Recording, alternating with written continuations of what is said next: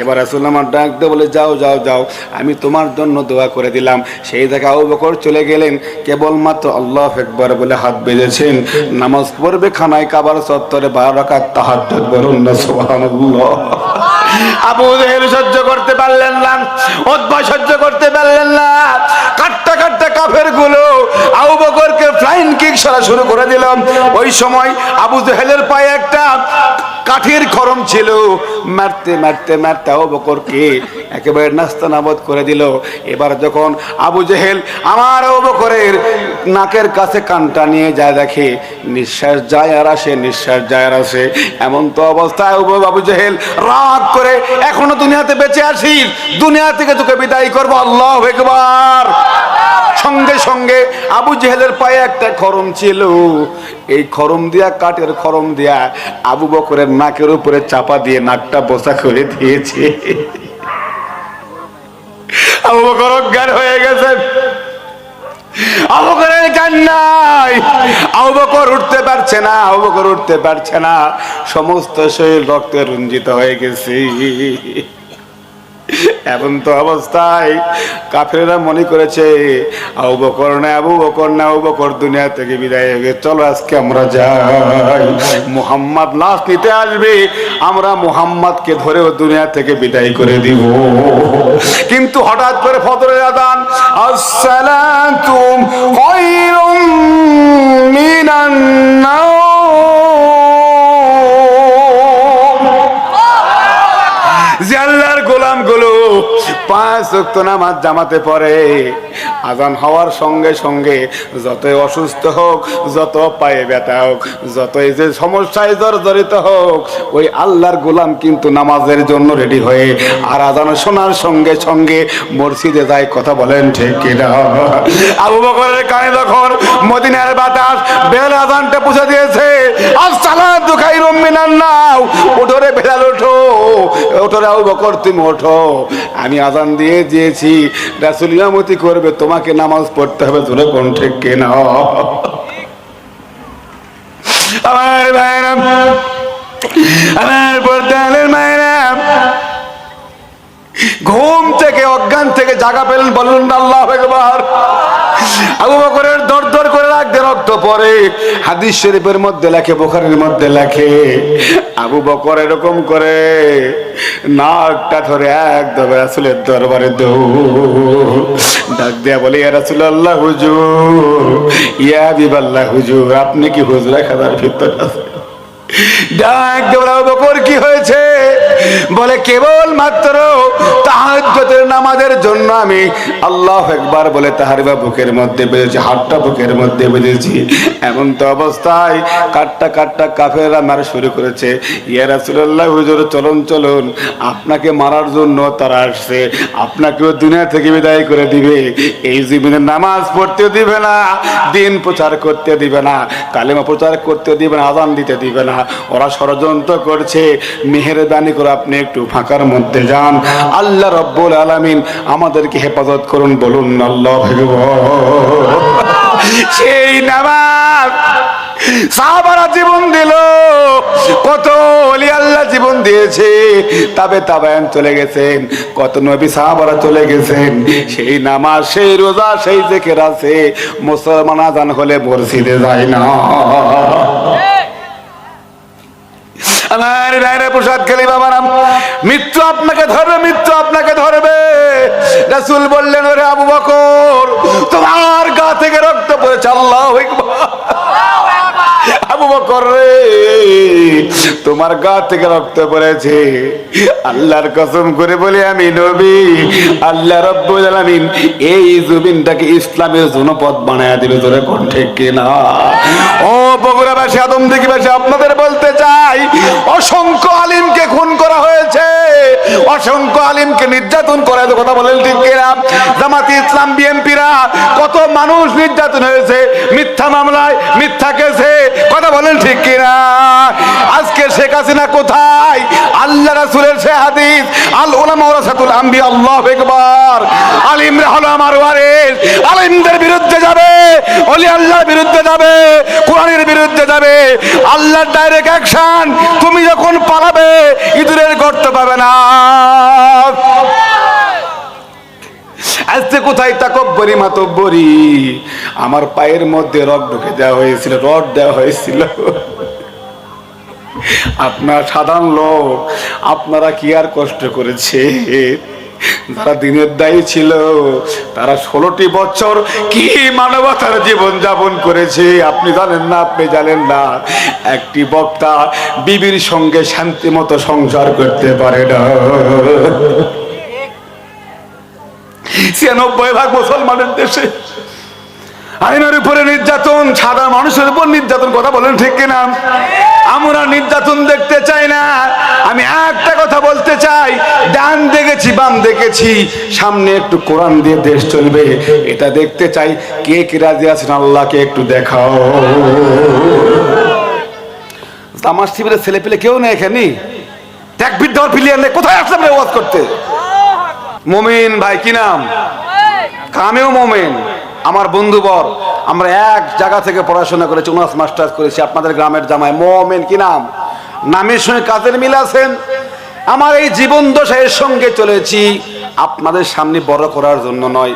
একটা দিন ওই ছেলে কোনোদিন মিথ্যা কথা বলে নাই, মিথ্যা কথা পাইনি, বলুন আল্লাহু আকবার। আবার দুটা সন্তান, সেটাও আলিম তৈরি করেছে আপনাদের জামাই।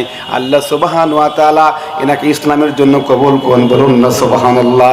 এইরকম জামাই আমার মনের, আমার দুটা মেয়ে, আমারও একটু মনে আশা মুমিনের মতো যে আমি একটা জামাই পেতাম আমার জীবনটাও ধন্য হতো। আমার ভাইয়ের, আমার বন্ধুগণ, গভীর মনোযোগ। আমার আপনার নবী জনাব মুহাম্মদ রাসূলুল্লাহ সাল্লাল্লাহু আলাইহি সাল্লাম ডাক দিয়ে বলে, আমার কলিজার টুকরা সাহাবা, এই নামাজ তুমি আদায় করবে, এই নামাজ তুমি আদায় করবে। দুখুল মসজিদ নামাজের আমল যদি তোমার মধ্যে থাকে আল্লাহ সুবহানাহু ওয়া তাআলা জান্নাতের উচ্চ মাকাম দান করবে। একটু অ্যাক্টিভ বাবা, খেয়াল করেন। আমার আপনার নবী জনাবে মুহাম্মদ রাসূলুল্লাহ সাল্লাল্লাহু আলাইহি সাল্লাম ডাক দেয়া বলে, তোমরা কি জানো, তোমরা কি জানো এর আগে একটা গুরুত্বপূর্ণ আমল তোমরা করতে পারবে নাকি জানি না, আমি চেষ্টা করি গভীর রাত্রিতে 2 রাকাত 2 রাকাত 2 রাকাত করে 12 রাকাত নামাজ আমি আল্লাহর দরবারে আদায় করি।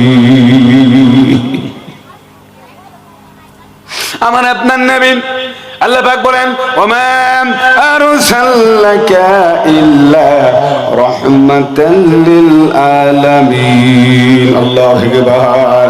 মিনাল কাফ মিনাল কাফ, সূর্যোদয় থেকে অস্ত পর্যন্ত পৃথিবীতে যা আছে কেবল মাত্র হলো আমার রবের, আমার রব, যেখানে আমার রব, আর সেই জায়গায় হলো আমার আপনার নবীর রহমত।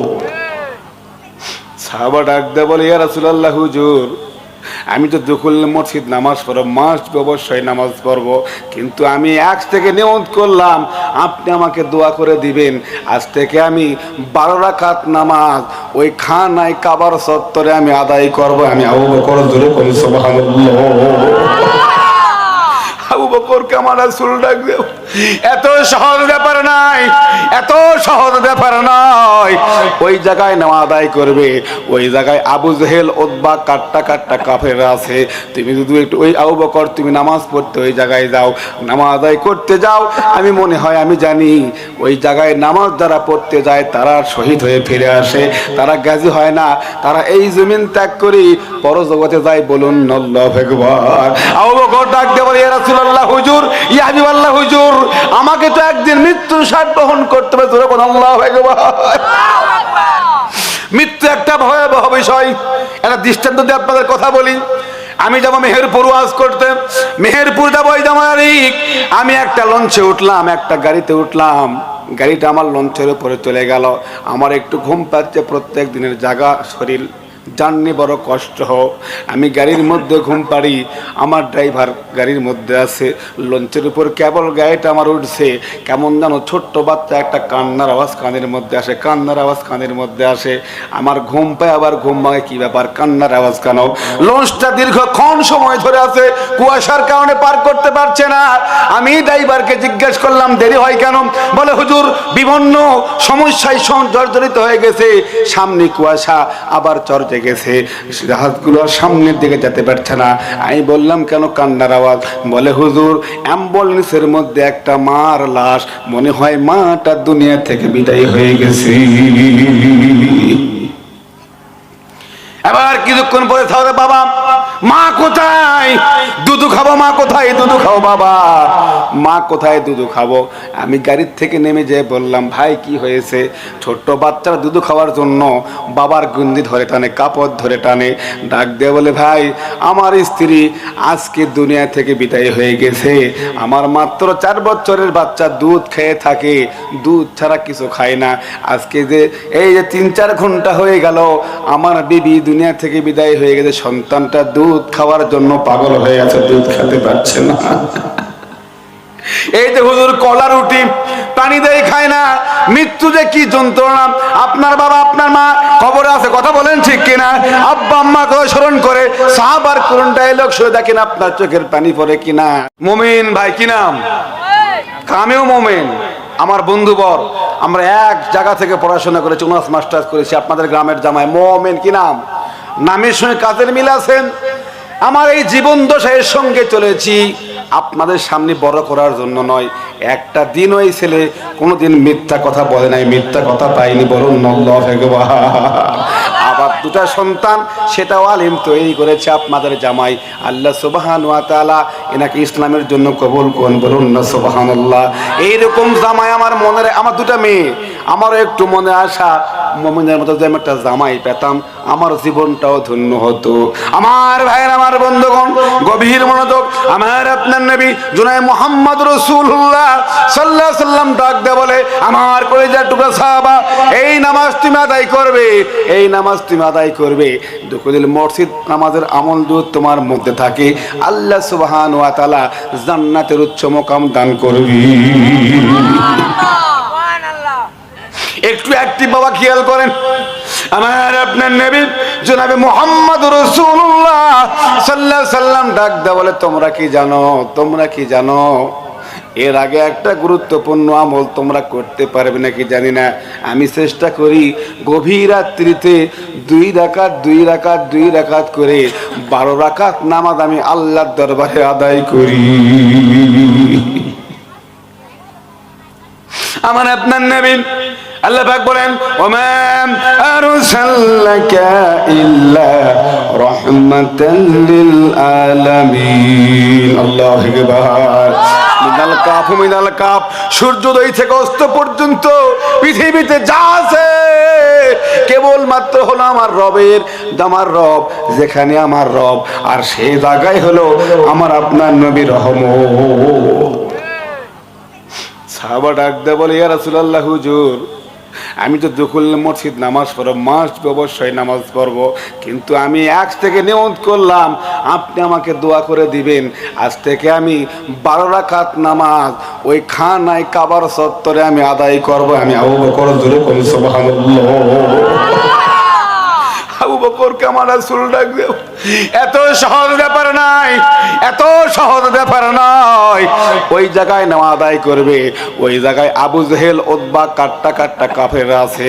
তুমি যদি একটু ওই আবু বকর তুমি নামাজ পড়তে ওই জায়গায় যাও, নামাজ আদায় করতে যাও, আমি মনে হয় আমি জানি ওই জায়গায় নামাজ যারা পড়তে যায় তারা শহীদ হয়ে ফিরে আসে, তারা গাজী হয় না, তারা এই জমিন ত্যাগ করে পরজগতে যায়। বলুন আল্লাহু আকবার। আবু বকর ডাক দিয়ে বলে, ইয়া রাসূলুল্লাহ হুজুর, ইয়া হাবিবাল্লাহ হুজুর, আমাকে তো একদিন মৃত্যুর স্বাদ বহন করতে হবে। যখন আল্লাহু আকবার। মৃত্যু একটা ভয়াবহ বিষয়। একটা দৃষ্টান্ত দিয়ে আপনাদের কথা বলি। আমি যাবো মেহেরপুর ওয়াজ করতে, মেহেরপুর যাবো এই জামারিক, আমি একটা লঞ্চে উঠলাম, একটা গাড়িতে উঠলাম, গাড়িটা আমার লঞ্চের উপরে চলে গেল। আমার একটু ঘুম পাচ্ছে, প্রত্যেক দিনের জাগা শরীর, জার্নি বড় কষ্ট হোক, আমি গাড়ির মধ্যে ঘুম পাড়ি, আমার ড্রাইভার গাড়ির মধ্যে আছে, লঞ্চের উপর কেবল গাড়িটা আমার উঠছে, কেমন যেন ছোট্ট বাচ্চা একটা কান্নার আওয়াজ কানের মধ্যে আসে, কান্নার আওয়াজ কানের মধ্যে আসে। আমার ঘুম পায়, আবার ঘুম ভাঙে, কি ব্যাপার, কান্নার আওয়াজ কেন? লঞ্চটা দীর্ঘক্ষণ সময় ধরে আছে, কুয়াশার কারণে পার করতে পারছে না। আমি ড্রাইভারকে জিজ্ঞেস করলাম দেরি হয় কেন? বলে হুজুর বিভিন্ন সমস্যায় জর্জরিত হয়ে গেছে, সামনে কুয়াশা, আবার চর্চা গেছে, জাহাজগুলো সামনের দিকে যেতে পারছে না। আমি বললাম কেন কান্নার আওয়াজ? বলে হুজুর অ্যাম্বুলেন্সের মধ্যে একটা মার লাশ, মনে হয় মাটা দুনিয়া থেকে বিদায় হয়ে গেছে। এবার কিছুক্ষণ পরে তাহলে বাবা মা কোথায়, নাই, দুধু খাবো মা কোথায়, দুধু খাবো বাবা, মা কোথায় দুধু খাবো। আমি গাড়ির থেকে নেমে যেয়ে বললাম ভাই কি হয়েছে? ছোট্ট বাচ্চারা দুধু খাওয়ার জন্য বাবার গুন্দি ধরে টানে, কাপড় ধরে টানে। ডাক দিয়ে বলে ভাই আমার স্ত্রী আজকে দুনিয়া থেকে বিদায় হয়ে গেছে, আমার মাত্র 4 বছরের বাচ্চা দুধ খেয়ে থাকে, দুধ ছাড়া কিছু খায় না। আজকে যে এই যে 3-4 ঘন্টা হয়ে গেল আমার বিবি দুনিয়া থেকে বিদায় হয়ে গেছে, সন্তানটা দুধ খাওয়ার জন্য পাগল হয়ে আছে, দুধ খেতে পারছে না। এই যে হুজুর কলা রুটি পানি দেয় খায় না, মৃত্যু যে কি যন্ত্রণা। আপনার বাবা আপনার মা খবরে আছে, কথা বলেন ঠিক কিনা? আব্বা আম্মা করে স্মরণ করে সাহাবার কোন ডায়লগ শুনে দেখেন আপনার চোখের পানি পড়ে কিনা। এবার রাসূল আমার ডাক দিয়ে বলে যাও যাও যাও, আমি তোমার জন্য দোয়া করে দিলাম। সেই থেকে আবু বকর চলে গেলেন, কেবলমাত্র আল্লাহু আকবার বলে হাত বেঁধেছেন, নামাজ পড়বে খানায় কাবার চত্বরে 12 রাকাত তাহাজ্জুদ, বলুন না সুবহানাল্লাহ। আবু জেহেল সহ্য করতে পারলেন না, উতবা সহ্য করতে পারলেন না, কাট্টা কাট্টা কাফের গুলো আবু বকরকে ফ্লাইং কিক করা শুরু করে দিলাম। ওই সময় আবু জেহেলের পায়ে একটা কাঠের খড়ম ছিল, মারতে মারতে মারতে আবু বকরকে একেবারে নাস্তানাবুদ করে দিল। এবার যখন আবু জেহেল আমার আবু বকরের নাকের কাছে কানটা নিয়ে যায়, দেখে নিঃশ্বাস যায় আর আসে, নিঃশ্বাস যায় আর আসে।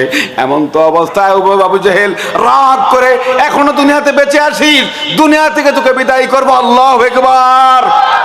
সঙ্গে সঙ্গে আবু জেহেলের পায়ে একটা খড়ম ছিল, এই খড়ম দিয়া, কাঠের খড়ম দিয়া আবু বকরের নাকের উপরে চাপা দিয়ে নাকটা বোসা করে দিয়েছে। আবু বকর অজ্ঞান হয়ে গেছে, আবু বকরের কান্নায় আবু বকর উঠতে পারছে না, আবু বকর উঠতে পারছে না, সমস্ত শরীর রক্তে রঞ্জিত হয়ে গেছে। এমন তো অবস্থায় কাফেররা মনে করেছে আবু বকর না, আবু বকর না, আবু বকর দুনিয়া থেকে বিদায় হয়ে গেছে, চলো আজকে আমরা যাই, মুহাম্মদ লাশ নিতে আসবে, আমরা মুহাম্মদকে ধরেও দুনিয়া থেকে বিদায় করে দিব। কিন্তু হঠাৎ করে ফজরের আযান, আসসালাতু খায়রুম মিনান নাওম,